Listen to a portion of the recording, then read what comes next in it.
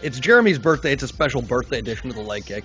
Unfortunately, happy birthday, Jeremy. You know, both him and Mike skimping out on their podcast duties. Neither of them here to celebrate Jeremy's birthday with us. So we're going to ring in the celebrations. I'm here with my dedicated co-host here on the Leg Kick podcast. We've got David Agbaire, Agabingba, something. I don't know. Whatever. He's the next in line to get a title shot at 170 after Kamaru Usman. David, say hello to the people. Watch out, Kamaru. And unlike Kamaru, I'm not a Trump supporter. So I'm a Nigerian people can actually get behind. I'm joking. We love you, Kamaru. We love you. He's the Nigerian dream. That's it. Yes, right? yes. That's my man, the Nigerian dream out here. And I am your other dedicated co-host. The one, the only, the arrogant, Stefan, the dog of war, Hosko. Now, David, the troll. If only people knew the kind of live hand grenade Stefano just tossed into not just my apartment, but the rest of my life, our collective lives before this podcast. I am nothing if not an agent of chaos. So I guess you could call me Kobe then. So this podcast is Kobe versus Kamaru, in a manner of speaking. Don't break my jaw, please. So anyways, real quick, some lighthearted conversation before we talk about the fights. We got some fight announcements today to talk about. We've got my bad take of the week. We've got a card to preview. It's going to be fun, but before we get into it, subscribe if you're not subscribed already. Tell your friends about the podcast because we can't do it without you, and we really appreciate when you do. Big things in the works. We want to turn this into something bigger than it is. Obviously, we can't do that without fan support. So, and to the hot young men out there, send your dick pics to thelegkick1@gmail.com. Jeremy and Mike have been craving them. They're a little too shy to ask, but since they're not on camera, help those boys out. Yeah, and I can confirm that they asked us before this podcast to say that specifically on this podcast. So, please just put Jeremy and Michael in the subject line. Jeremy was like, exactly. Jeremy was like, Stefano, I can't be too open about my craving for cock, but if you could just get those little white boys to send their tasty little I hope the audience really appreciates just how often Stefano, both on the pod and off the pod, takes any opportunity to get his Jeremy impression out. I feel like he's at home, like workshopping this. Like, every morning, I wake up and I look in the mirror and I go, you know what? You're gonna do your Jeremy Asiffo impression today, and they're gonna laugh and they're gonna love it. That's my morning routine. It's almost as good as my Trump impression, which honestly, not too bad. Not too shabby. Okay. All right. Break that out sometime. Before we get into what flavor bubble tea are you drinking, David? I am drinking some peach lychee bubble tea. Ooh. It's by this Ottawa place. I've never heard of them, so I think they're actually an indie bubble tea place called Pomelo Hat. And they've got all these kind of weird and funky flavors. Support your local businesses, number one, but also they have tapioca pearls, but in the form of lychee balls is the best way. Oh, the popping pearls.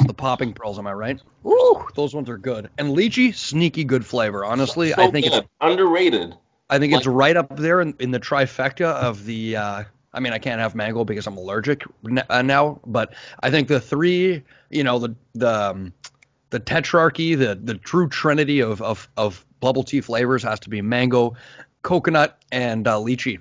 Right up there. Honeydew and peach bring it in close second, but coconut. Wait, first of all, I don't know. I feel like mango is just so overplayed. It's such like the staple. Like I'm always looking for something a little bit funkier than mango. Personally. Yeah. But I just crave it because if I have it, I'll break out for a week, so I'm not allowed to drink it.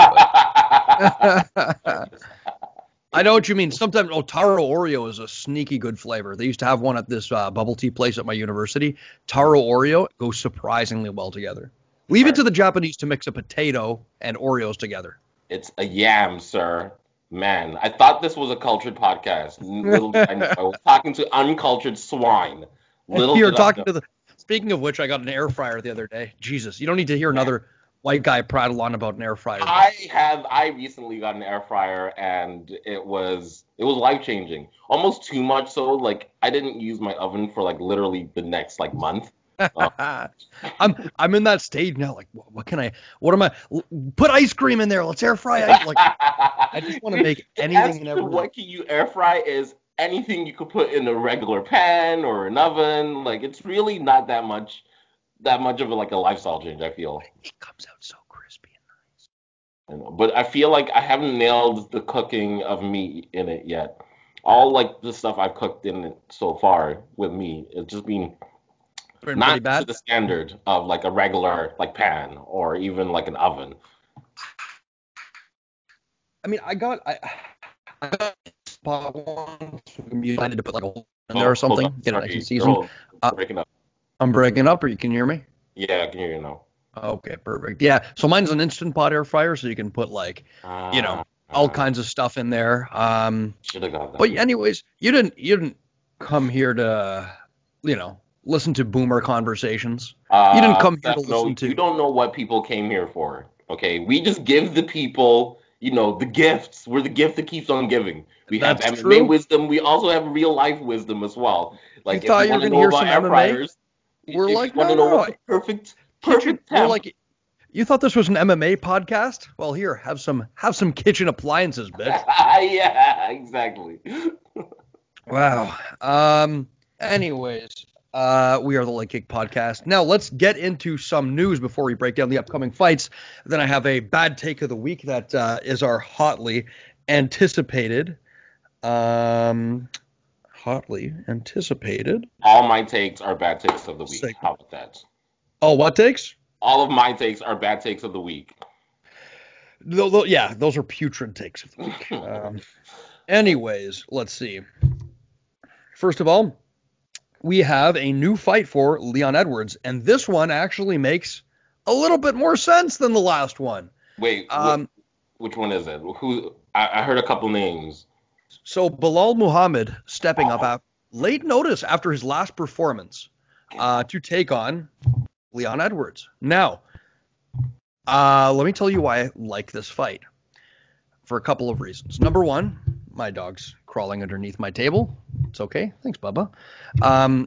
Couple of reasons. One, before he worked his way back into title contention, Leon Edwards needs a ranked opponent, I think, to, get his feet wet. And he wants someone that, no disrespect to Bilal Muhammad, doesn't present the same kind of dangerous finishing challenges that could, see him get caught. And I think if all goes his way, he'll probably end up dominating this fight because Bilal Muhammad, good, but not a big hitter. More weaponizes pace more than anything else. Improved boxing as of late. And I think there's a big upside to it in the sense that, we just witnessed him have a good solid performance against Diego Lima. MMA fans have a lot of short-term memory issues. If they see a good, solid performance here from Leon Edwards, it might do a lot to get his name back into title contention and, keep his skills fresh. I wouldn't say wholeheartedly disagree, but strongly disagree. I don't get this fight for Leon Edwards at all. Like, I kind of got the Chimaev fight because that guy has a lot of hype.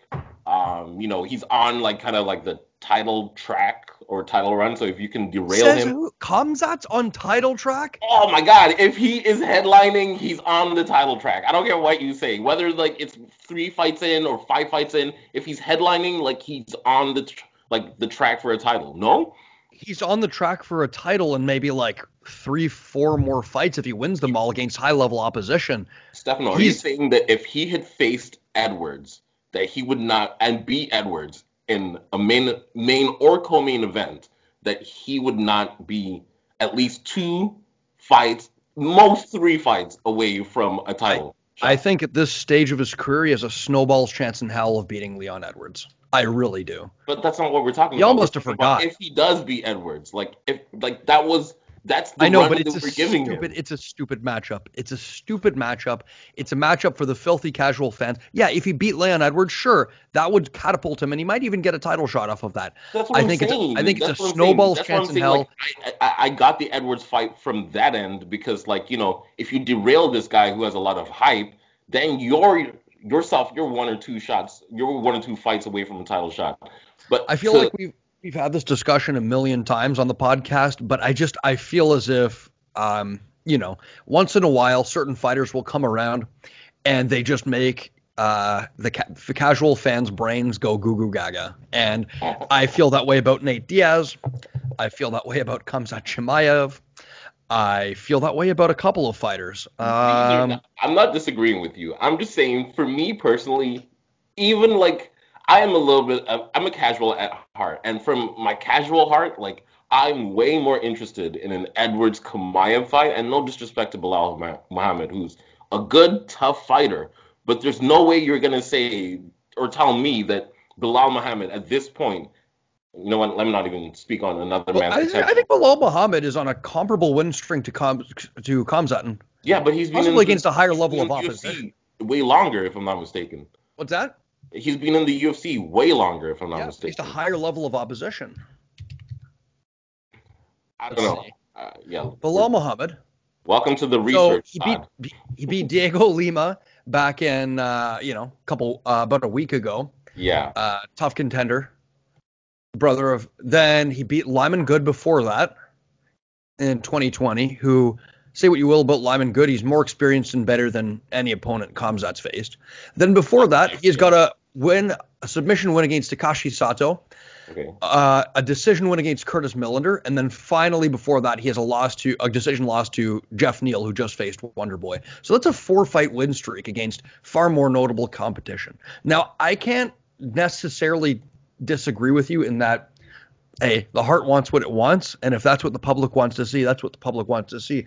I can't necessarily critique your sensibilities if that's what you want to see, but my argument isn't even that like Leon Edwards should be fighting Chimaev, because I actually agree with you that he shouldn't, because Chimaev hasn't proven himself yet. So, but for me, that fight makes more sense than this fight, because I just feel like there's so many other people in that division. Like, why not wait out for a maybe, these guys don't want to fight Edwards, but wait out for a Masvidal fight. The winner of that fights for the title, or get the Colby fight, or forget that. Even get, what's this guy's name? Robbie Lawler. Get a Robbie Lawler. Like, well, I think therein lies the problem, right? Thompson. Like, what are you scared of? Like, what are you saying? What is Leon Edwards scared of? Yeah, that's what. Not like what he's. Let me not imply that he's scared of something, but I think a lot of people turned him down. And in this position, there's a lot of steps backwards and not a lot of steps forwards. And he's in an unenviable position. Okay. Speaking of unenviable positions, Mike Perry signed to fight Daniel Rodriguez. Daniel Rodriguez, you'll remember, coming off a KO.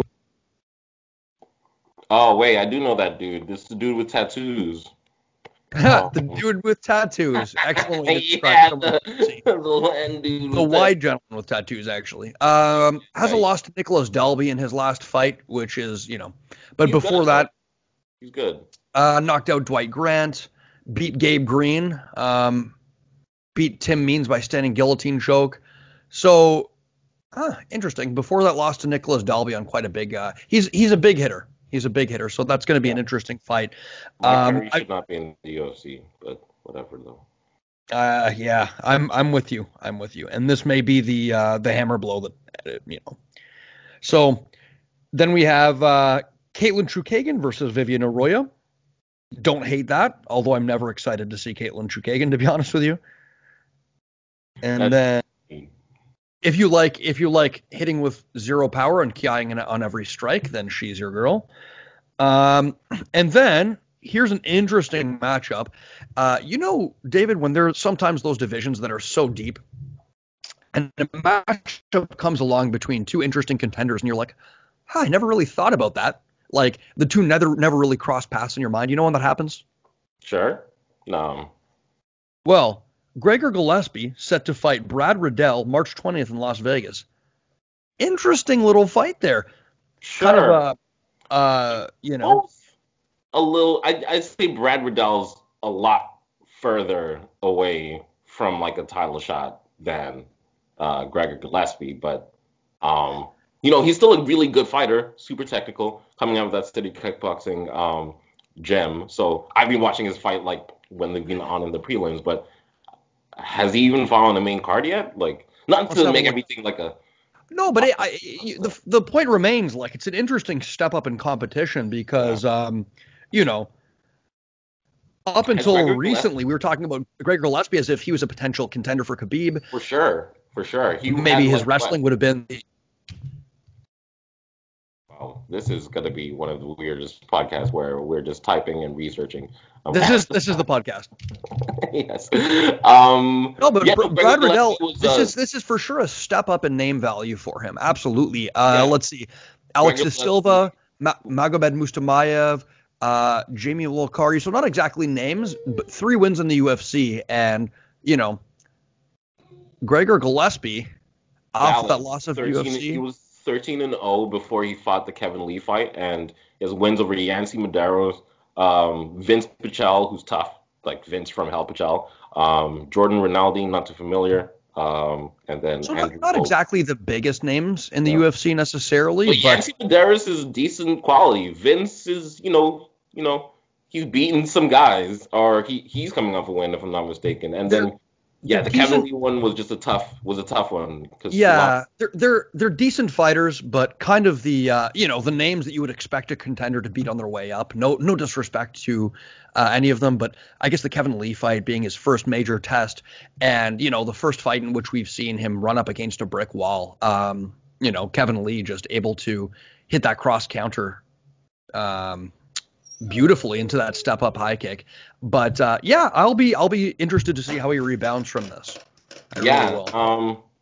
It's been a long time. I'm looking here. That fight was in November 2nd, 2019. I don't hate that.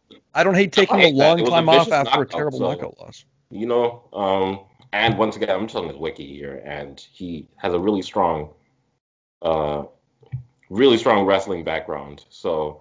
Very strong wrestling background. Yeah. I mean, I don't hate taking a long time off to recover after a bad knockout loss. I really don't.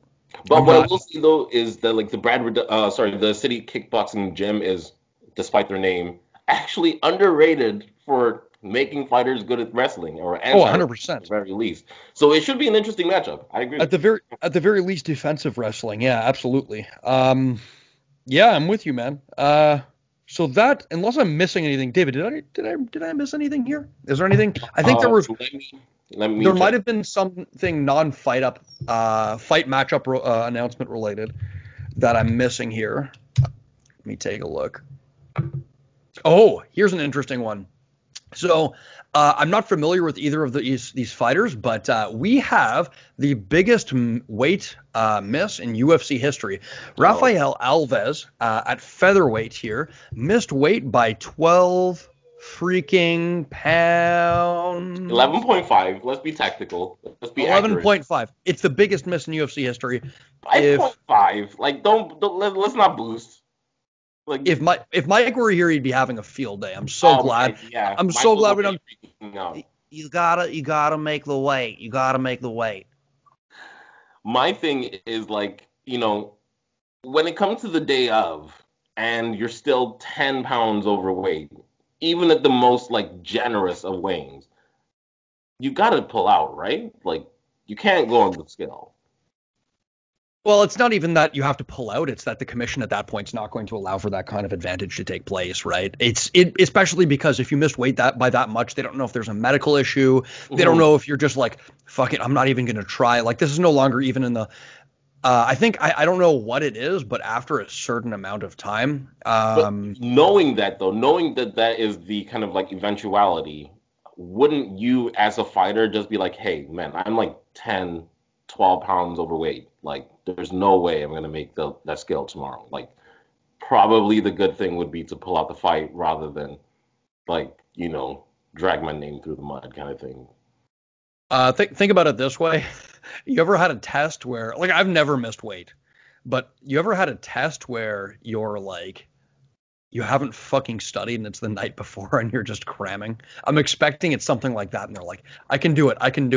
And then just, you've made cuts like this before, but then your body just keeps holding on to that water. It's not letting everything go. And to be honest, we don't know the circumstances around it.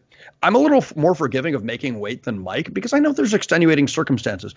Maybe fighters are on antibiotics. Antibiotics cause you to retain a shit ton of water.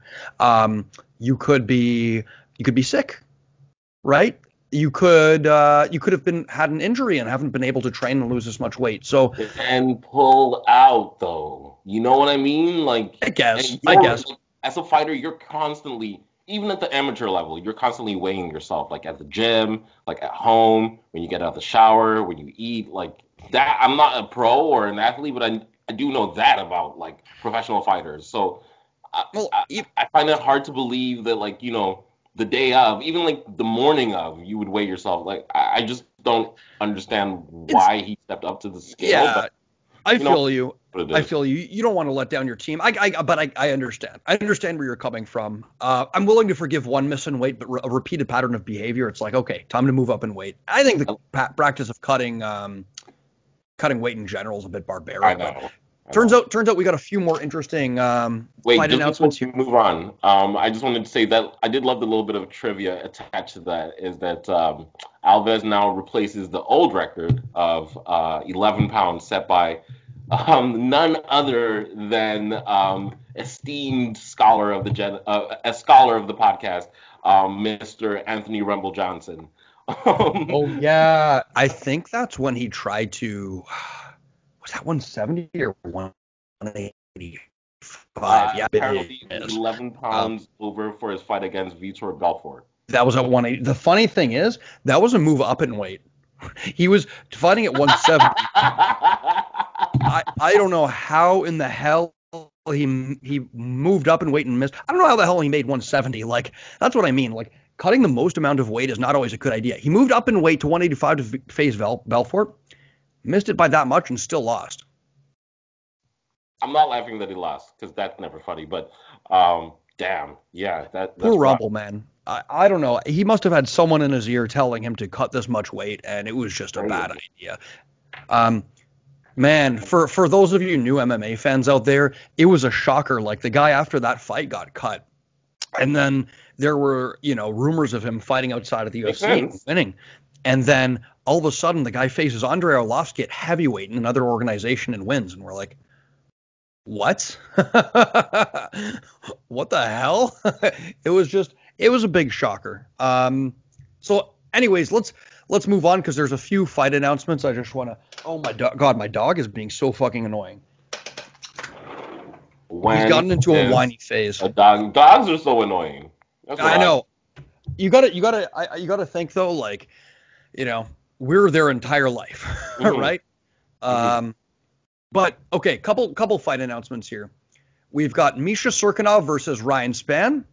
I like that one. Not mad at that. Ryan Spann coming off of that first loss of his career to Johnny Walker. Very sloppy fight. Let's see what he's learned, if he can rebound.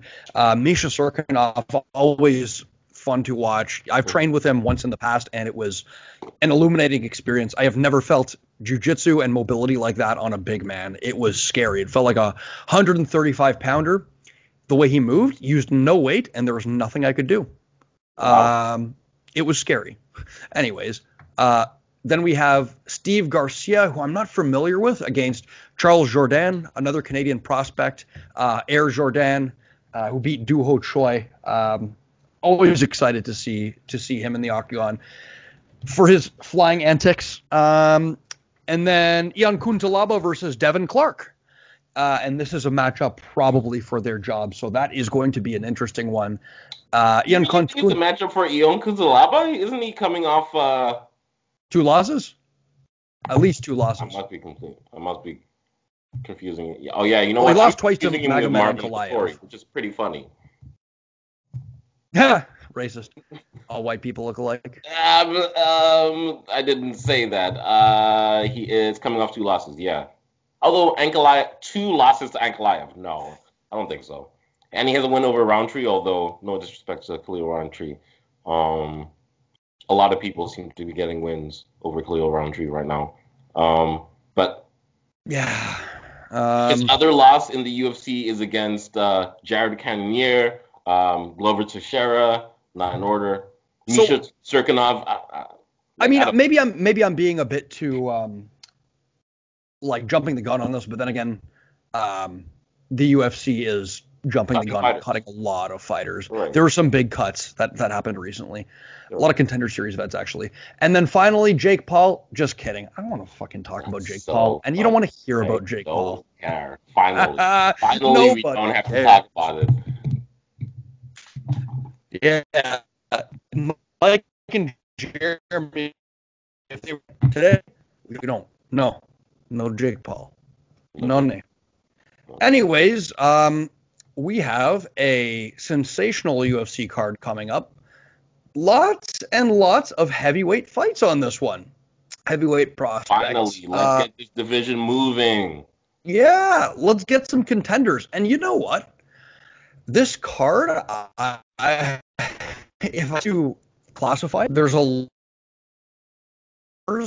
up and coming prospects trying to make their name off of, older, more established vets. And I'm kind of interested for this one. I'm usually not a big fan of hold on, my dog is he keeps whining. What do you want? Stop, you don't have to go out. You big baby. Go hang out on the couch, you bum. Go chew something. Huh? Why don't you chew something? We'll edit that out. Anyways, I'm usually not a huge fan of these kinds of matchups where the young make their names off the old, but a few of these heavyweight prospects, as they're facing these older, I guess, heavyweight guards in a lot of these matchups. So I'm interested. I'm not going to discount the old guard in any of these fights. Anyways. Let's jump into it. Do you want to go top down? Top to bottom, baby. Let's go. Let's go. Okay, Curtis Blaydes, Derrick Lewis. I was Blaydes, not very. Oh, you first. Go ahead. All I'm saying is this is another one of those fights. Like, I get it, but I also don't get it. It's for Blaydes. I don't get it for Blaydes because he's already ranked like what, number 3, like number 4. Like he's like other than Ngannou and Miocic, I don't know anybody who's ahead of him. So there really isn't. Yeah, it could be just him wanting to stay active, right? And another name on his resume. I like that. Yeah, get another paycheck. Yeah, I don't mind it in that sense.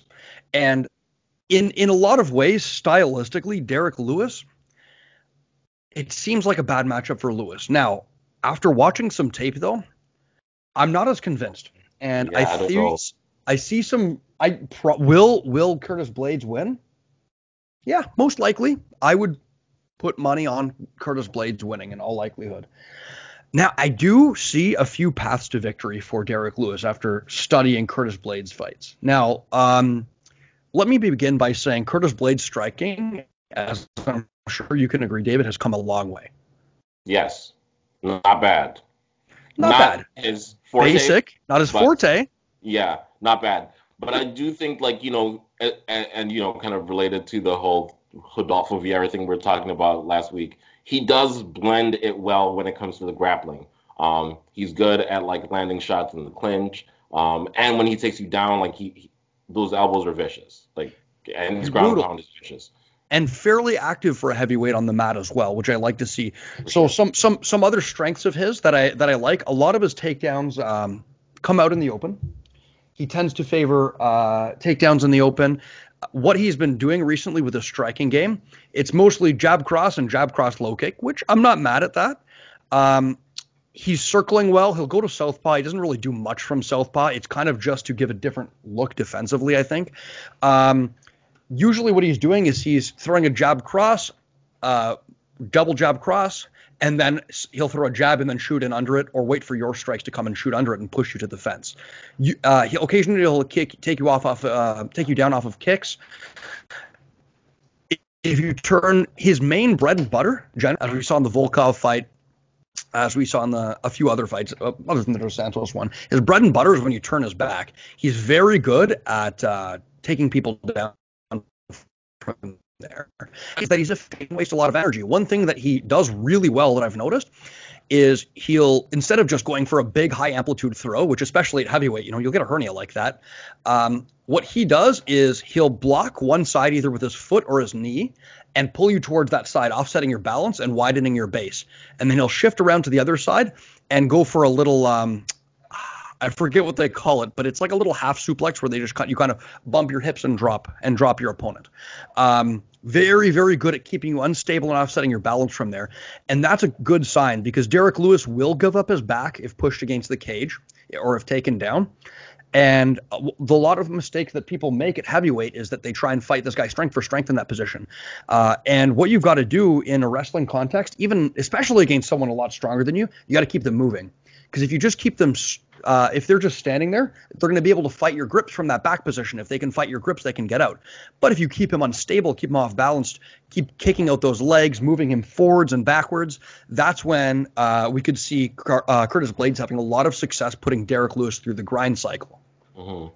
I mean, just to keep it interesting, because I do agree, like, Curtis Blaydes has the trump card when it comes to the wrestling. I don't think it's unfair to say he is the best grappler in the heavyweight division. No. Yeah. So, but then again, like, when I think about Derrick Lewis, how many times have we heard this narrative of, oh, I'm just gonna go grapple Derrick Lewis, and as long as you smother him and don't let him get his shots off, then it should be an easy fight, right? Easier said than done, right? Exactly. Easier said than done. He has sneaky good wrestling, great defensive wrestling in terms of like his hips are like surprisingly mobile when he gets taken down. And he's gotten better at finding the overhook and the underhook and disengaging. He's pretty good, especially in the early rounds at disengaging. And a lot of times you'll see people shoot in on him, and it's like they're shooting against a brick wall. Yeah, for sure. Especially in the earlier rounds. Don't get me wrong. In the later rounds, it is a little bit easier to kind of like, I do think like it's easier to stick on him. But another thing though, like even if you do get him down, he doesn't stay on the ground for long. Usually, I think he stood up on DC. Yeah. He usually his get-ups are really good. And does he have better striking than Blaydes? Yeah. Okay. It's hard to say because Blaydes' striking is basic and it's basic but effective, but really works as more of part of an overall game. Like it's very much a, And I wanted to touch on this. Whereas Derrick Lewis has much more dangerous striking. That's exactly what I'm saying. Like it's not very systematic, but it's not systematic at all. Like he'll throw a flying knee and then just start spamming right hands. But my God, this man moves quickly and he's dangerous and unpredictable if he's not super systematic. Proven also, like not that Curtis Blaydes has like no power or anything, but he's proven like if he catches you, like you could go down. Like it doesn't matter at what point of the fight. Doesn't matter whether you're winning or whatever. Like he's proven like he has the power to hurt a lot of heavyweights, if not most heavyweights. So much so you can see. Yeah, his power and it carries over into the later rounds as we've seen. And another thing is that he can hit you and knock you out from some weird positions that normally aren't dangerous to a lot of people. I remember one of his early fights, he was in like a top half guard position and just started landing these little hammer fists, and his opponent just went limp. Yeah, so that's one of the dangerous aspects, I guess. Now that we're talking this out, not that I've thought like crazy about it, but will Curtis Blaydes be able to keep Derrick Lewis on the ground? Because he's gonna go for the takedown. Like there's no doubt about that. Like will he be able to keep him down long enough to like land some decent ground and pound? And if not, will he get frustrated and start making mistakes? And will this turn into like a stand-up fight? At which point, like all bets are off, I think. Yeah, and here's the thing: like as far as ground and pound from Volkov, he really does his most damaging shots when he's sitting in your guard, right? Blaydes? Like, Yeah, when he's sitting in your guard. Okay, you That's said Volkov. really when he, Sorry. yeah. Sorry, did I say Volkov? Yes. Oh, I was just watching that fight. Sorry. Okay. Blaydes does a lot of his damage when he's sitting in your guard, and he's very good at getting that can opener, throwing elbows over the top, pummeling. He throws a great elbow to the body. A lot of guys rest when they're on that bottom, or even in like half guard positions or like 50-50 positions, and that's where he catches them. Like he even like prides himself on being the heavyweight Khabib and transitioning or striking during transitioning and kind of getting his the opponent off kilter. Now, to that point, Derrick Lewis, not generally the one who's going to lay in guard.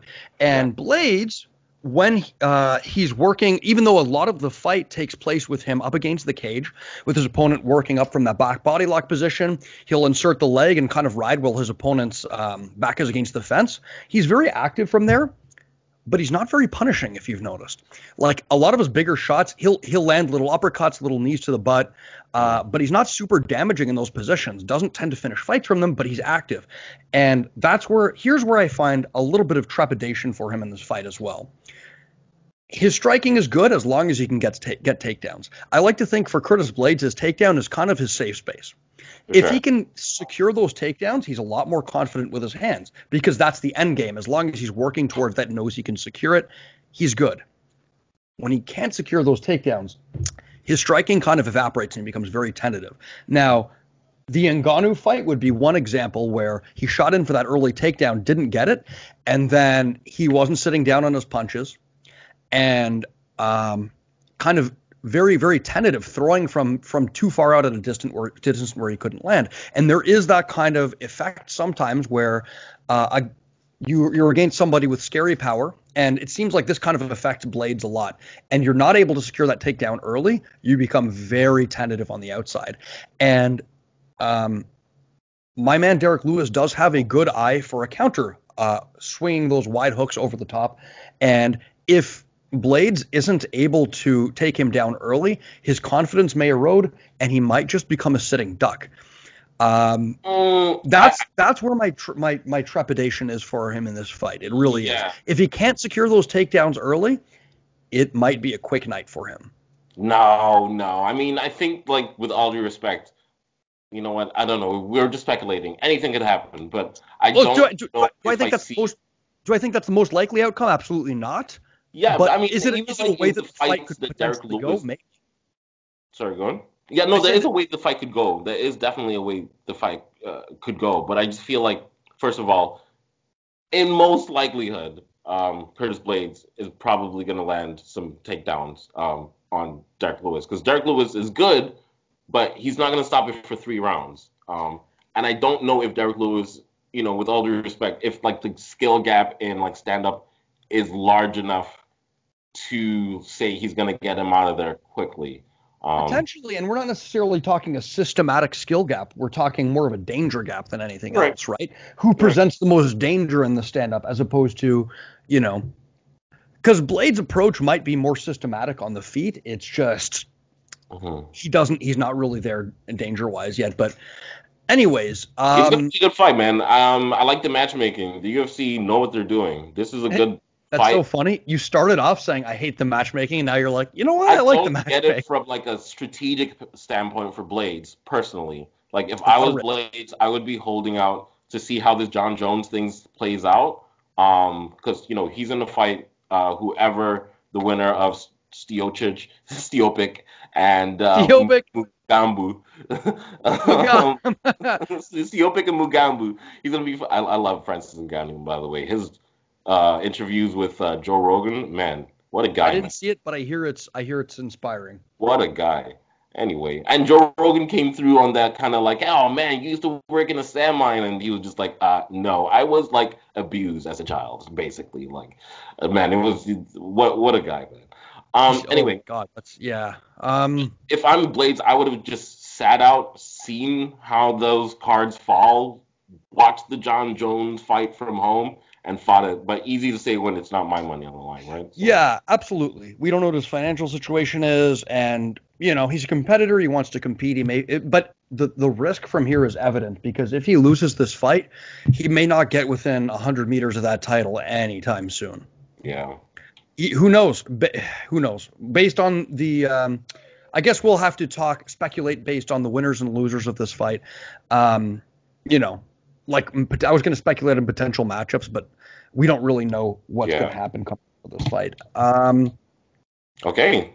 Anyways, so next we've got Yana Kunitskaya, who is on an odd little streak of dating back to 2012. One win, one loss. One win, one loss. One win, one loss. One win, one win, one loss. One win. So she's got to have a loss in this one. It's simple mathematics. We'll see. Ketlin Vieira is a decent fighter. Was you? Thank you. We'll see. I don't know too much about either fighter. Honestly, I've seen Kunitskaya fight. I know that she is dating Thiago Santos, but other than that, I don't really have a good gauge of what her skill level is compared to the rest of the division. Ketlin Vieira is coming off a pretty decent record, if I'm not mistaken. Sorry, let's pull her record up. Well, she beat Sijara Eubanks in her last fight, and then right before that, we have a loss to Irene Aldana. Yeah, but Aldana is like the top dog in this division as well. Yes. Before that, she has a win over Kat Zingano, which must, no disrespect, be a later stage career. Kat Zingano, and then Sarah McMahon and Ashley Evans Smith, and before that, some lady who is not gonna picture anymore, Kelly Schultz. So who? Exactly, it doesn't matter with all due respect. But yeah, no, we'll see. I think Kellen might have this one, but honestly, Yana Kunitskaya is as tough as anyone she's fought so far, so it's gonna be a good test. Yeah, interesting little fight. Next, card here, we've got a sensuous little fight between Charlie Rosa and Derrick Minor. I'm not going to lie, I do not know much about Derrick Minor. I do know that Charles Rosa steadily working on his hands. Yeah, I honestly, I'm okay to skip over this one because I don't know too much about these guys, to be honest with you. Me neither. I know Charles Rosa was, the most I could say about Charles Rosa is that he was knocked out by Shane Burgos coming up in the UFC, and I don't want to do disservice to the man. And then we've got a fight that I'm excited for. Chris Daukaus versus Alexei Oleinik for one of our, oops, hold on, headphones came out. Can you hear me? Yep. Well, for one of our heavyweight contender matchups, any Alexei Oleinik fight, it's going to be weird, it's going to be ugly, and the unexpected is going to happen. Speaking of the unexpected, what do we have here? Why are you? Hold on, let me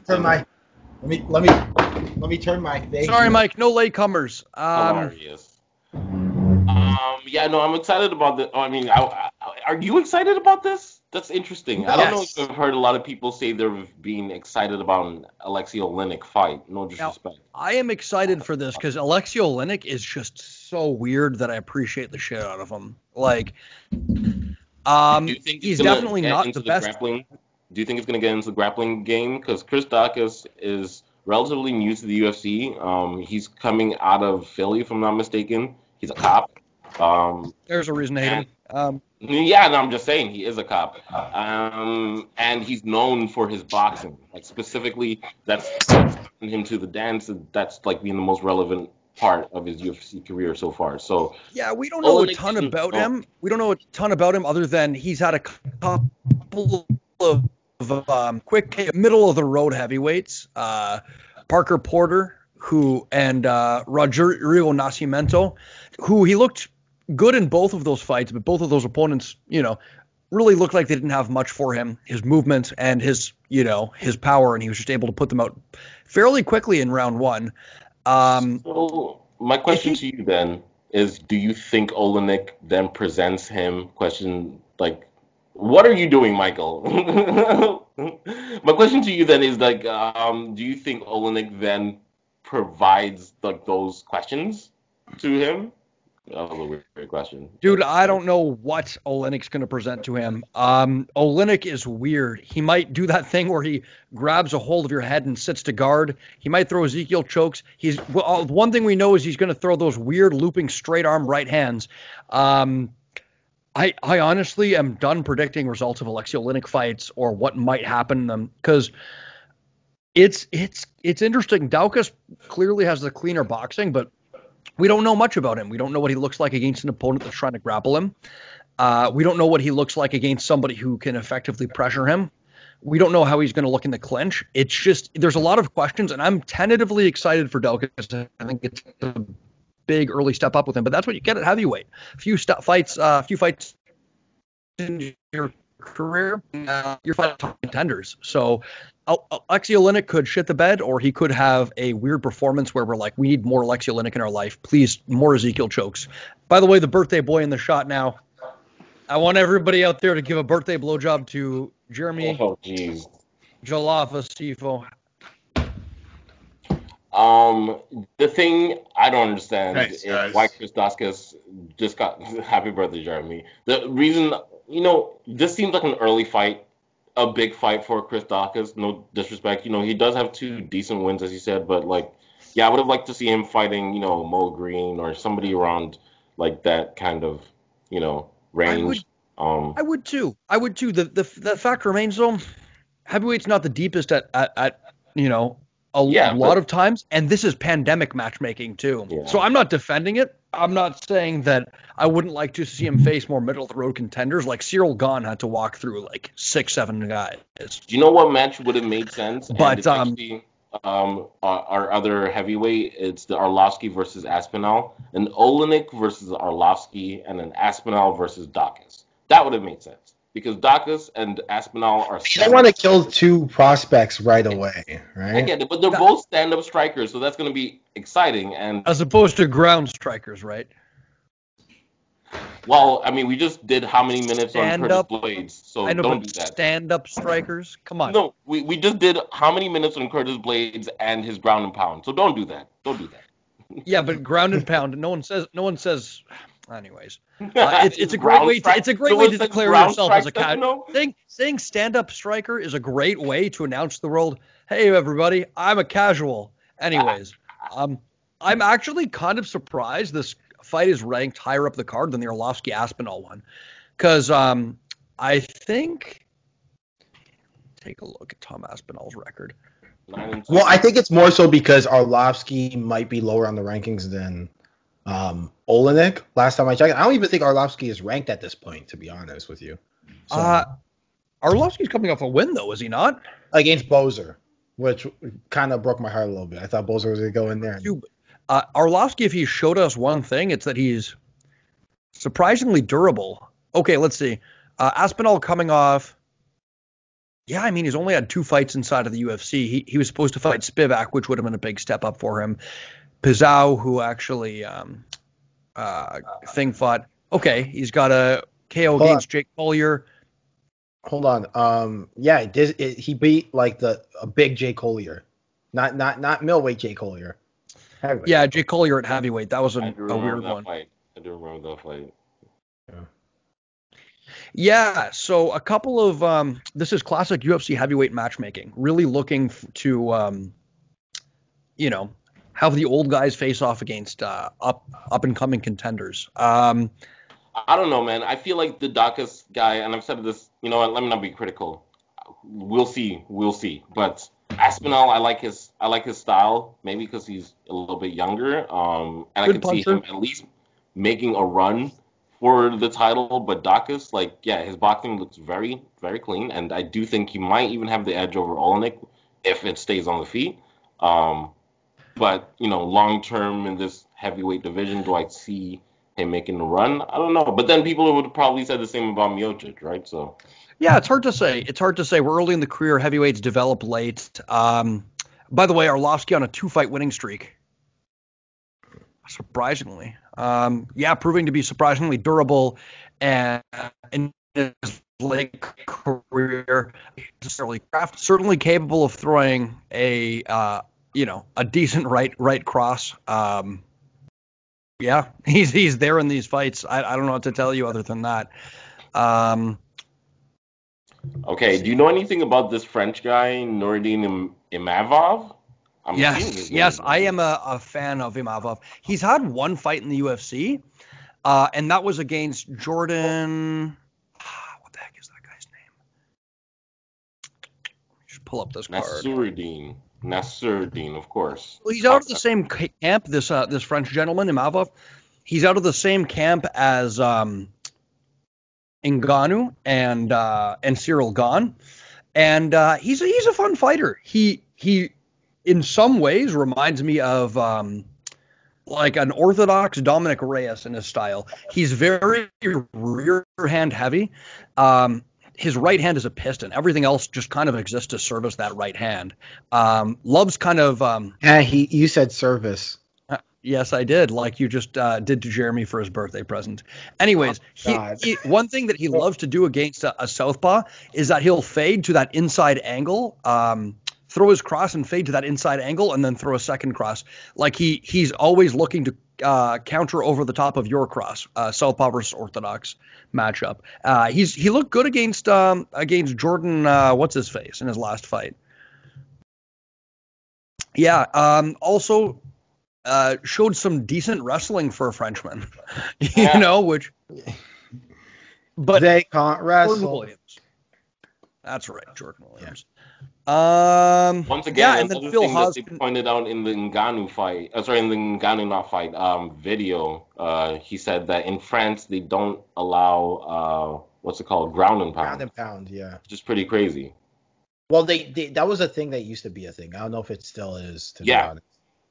I'm sure it is now because Bellator had an event there, if you recall. But yeah, that's insane. And then Phil Haas, Contender Series vet, we saw him. Let's see. I think his last fight was against Jacob Malkoun, and he starched him. Yeah. Interesting little story on our boy Phil Haas here. So he was on The Ultimate Fighter back when he was 3-0, lost to Andrew Sanchez. We saw, unfortunately, get knocked out the other week. And then, fought outside of the UFC for a bit, had a win and a loss on World Series of Fighting. Came on to Dana White's Contender Series, was head kicked by Julian Marquez, and then since then just went back onto the regional circuit and put in work. Got a win in Bellator, 2 wins in Brave, and then was welcomed back to the Contender Series. Big knockout against Kamzat Durabastayev, who was a pretty well-regarded prospect out of AKA, and then just starched Jacob Malkoun inside of 18 seconds. So we know this guy can crack. That's for sure. Yeah, I'm looking at him now. Yeah, he looks like he can crack. Was that racist? I don't know. But how's that we'll racist? See. Is black is looks punching like power crack. What about, he's huge. He's got huge biceps, huge chest muscles. He looks like he can crack. David, I was literally like, this guy has 2 first-round knockouts. Looks like he can crack. Like in his last 2 fights, and you're like, that's racist. I'm asking myself if I was racist. Okay. Yeah, no, it should be a good fight, man. I'm not too familiar with Phil Haas. I'm not going to pretend like I am. He can wrestle, too. He can wrestle. I think he's a credentialed wrestler as well. So watch his Jacob Malkoun fight. It's an odd fight. It's an odd fight to put on the main card, in my view, seeing as they both have 1 fight apiece. Like, they're interesting contenders. But, Wait. Yeah, contenders. Sorry, contenders is a bit early. You're right. They're interesting prospects, but to put them on the main card, now that's a little bit silly in my view, especially when you've got a prelim card with Jared Gordon, Luis Pena against Drakkar Klose, who's coming off that banger fight of the year contender against Benil Dariush, Eddie Wineland, former 135 challenger. Who else? No, Nate Landwehr versus Julian Rosa. That's a banger. Sergey Spivak, the curtain jerker over here. Yeah, I know. I mean, this Spivak one I kind of understand because I'm not too familiar with who he's fighting. Julian Rosa versus Nate Landwehr. That's a weird fight to just be buried kind of in the middle of the prelims if you think about it. That would seem like a fight you'd want to get some eyes on because these are both very entertaining fighters. Isn't Flash Gordon on a losing streak too? So maybe they're putting Flash Gordon down as kind of like a demotion. But who's he fighting though? Yeah, that's another thing. I guess. The Luis Pena Drakkar Close one, I just don't understand how that is I mean, I understand how it's a prelim card, but below Imavov versus Haas, I don't know. But anyway, I'm excited about I'm excited about I've already talked about this, but every single Violent Bob Ross fight is probably one of the most fun things. Like, he might be one of my favorite fighters now that I'm thinking about it, because I can't think of a fight where I've not been entertained. Um, Even when it's like a boring systematic beatdown, like, he just finds a way to like make it exciting. So, or He's even fun. when he's like out grappling a dude, like, for somebody He's who got doesn't, great shot selection, that man. yeah, I don't even understand grappling like that, but like, man, he just makes it look like, yeah, he makes it look fun. So I'm excited, and he's got a really weird story too. Like, he's Italian, but also Mexican or something like that. Like, but Yeah, also, but also American. but also American and also adopted. Like, yeah, and he found his long lost family through the UFC because they saw him and were like, whoa, wait, yeah, no, I like him. I like him. I'm excited for his fight. Drakkar Close. Wait, Not how they find him? Were they like Luis, and then he was like Mom, and then ran? No, He's for like, real. Like, yes, they Papa. saw him fighting in the UFC and like found a way to get in contact with him, and like that's how he found his family. That's crazy. That reminds me of like the episode of The Office where Erin found her mom and like on the stage. You know what I'm talking. Everyone knows exactly the episode I'm talking about. Stop. I Don't got pretend it. like that. But You sorry. are so off the vibe of this pod. Once you edit this, you will see. Yeah, Mike. We can have- Thanks for coming in late and just wow, really derailing the podcast. Sorry, my bad. I'll what do you leave think now. of Drakkar Close though? Wrapping up because I gotta go soon. Oh, I got to do my bad take first. Okay. Drakkar Close, he can be fun. He can be fun. I'm just remembering him from two particular fights. One was a systematic takedown of your boy British gentleman, fancy British counter striker. What the heck is his name? He had a systematic takedown via calf kicks against. Oh, Jack Easy. Jackazy, that's right. And I remember that brawl against Thingamabobber.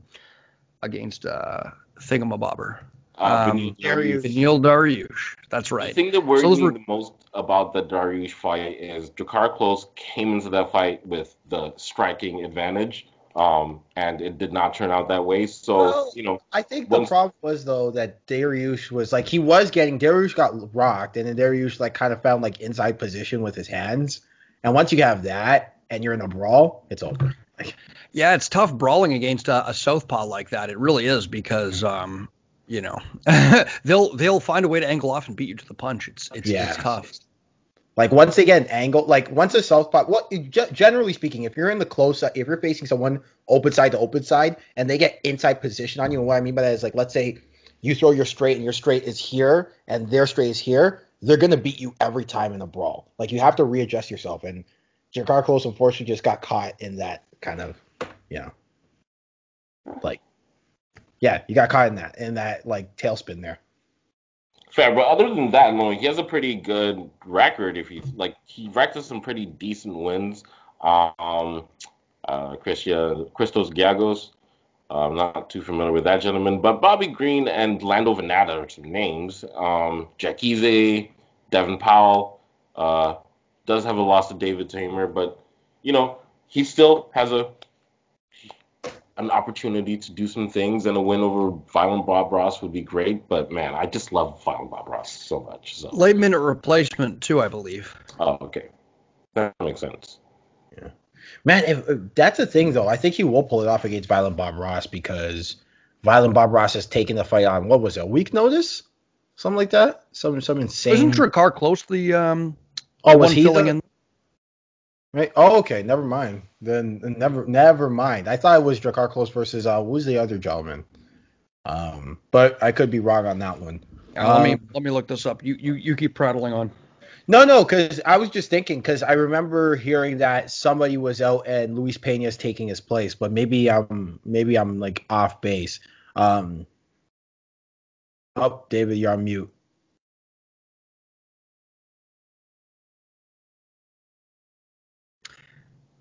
Yeah, you're right. You're right. Violent Bob Ross is taking this on short notice.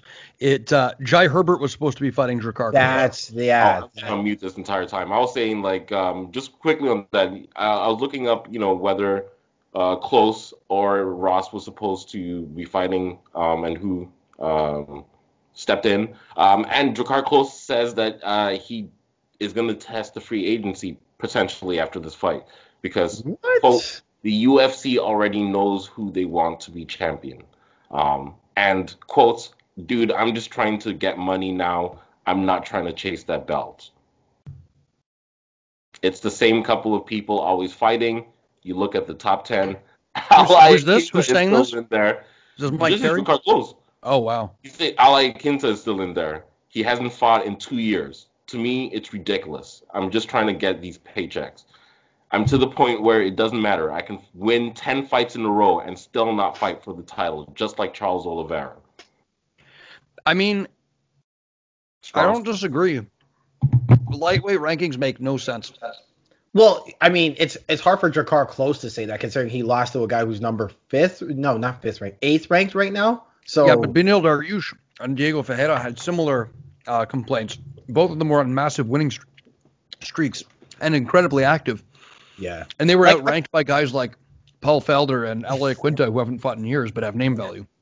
Yeah. Well, I made a video on this where it's like once you reach that area, you kind of slow down because you're so, I wouldn't say afraid, but you're so aware of what that spot gives you that you tend not to fight down, right? You won't take a fight downward, and no one upward will give you a fight because everyone can't take a fight downward. So what ends up happening is at like from 1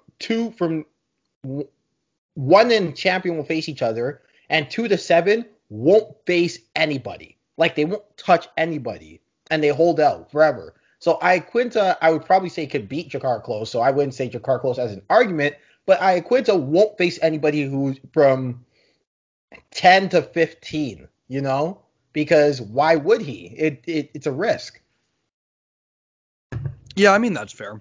It's a coveted spot once you get into the lightweight top 15, especially in that division. Mike, it's funny. There was a fighter who missed weight by 12 pounds, and you would have gotten in on that discussion, but I know you're too late. Save your take, save your hate. I don't want to hear it. Let's do Mike's take for him. Make the waves. Make the waves is what I'm telling you out there. You are professional, okay? Make the waves. I love the hat. Young fighters out there, okay? Justin Conde made the weight, okay? He had to make the weight. He made the weight, all right? If you've got to cut your penis off, you've got to make the weight. That's what I did in my last fight. Cut your penis off, make the weight. Cut your leg off and make the weight. Oh, that reminds me. Justin Conde is fighting tomorrow. Friend of the podcast, Justin Conde. Tell us a little bit about his fight, and then I'll get into my bad take of the week. No, he's fighting a dude named, I believe, Chris Miller, freestyle taekwondo guy. A little different. Oh, he's got this. Freestyle taekwondo. Yeah, Mike just said that was just a mouthful of words, Mike. You're full of words, Mike. Yeah, but he's spinning kicks. Yeah. No, it's more, he's more of a hook kick, side kick kind of guy. Lead leg, hook kick, side kick. He doesn't really have good hands, but he is. He's fighting this guy. He's fighting this guy Dario Sinagoga. If that gentleman's not African, I don't know. Oh, no. He's white? Yeah, that's a Jewish surname. White? Who? Dario Sinagoga is white and Irish? Sinagoga is a Jewish surname, for sure. He's Irish. What? Who's facing who? He's fighting Conde, this guy, Dario Sinagoga. Damn, okay. I thought for sure this gentleman would be a yoked-up African dude on BFL. Oh, wow. When is this? 2021, 03. Oh, that's March. Yeah, he has another fight coming recently, though, does he not? Yeah, he's got a fight tomorrow against the Chris Miller, as I'm talking about. And that's I was like, hold on a second. That's like way further, I thought. But yeah, no, he's facing this guy. Yeah, unlike most Taekwondo guys that do come to MMA, though, he is a little more defensively responsible. He likes to keep his hands up. I'm kind of giving the scouting report on this guy. I got Conde winning, of course. Yo, good for Condi, man, keeping active during these times. Good for him. Yeah. He's just lined up 3 fights quickly, and it's going to, hopefully the UFC or someone else, Bellator, takes note because, we always want to see friends of the podcast here do well. Eric Wilson, Justin Condi, Sam Alvey, Man, that reminds me. If you come to this podcast, what? No, I was about to say, when Eric Wilson gets a fight, let us know. You gotta come out and support. Oh, hell yeah. Hell yeah. Can't wait to come out and train with my boy again. So it's time now for my favorite segment, Bad Take of the Week. Now, today I'm going to do something a little different from the last time that I did bad take, but rather a bad opinion. Something that I hear from even members of my own family, and it's something that frustrates me to no end. It's time for Bad Take of the Week. So, consistently, whenever an older fighter returns, be it George St. Pierre coming back against Michael Bisping, or Anderson Silva taking another fight, or another good example, maybe BJ Penn taking his fifth. He might be a bad example of this. I get a knee-jerk impulse reaction for a lot of people that I discuss saying, oh, that guy must be broke. He must need to do this. He must need another paycheck. He must be broke.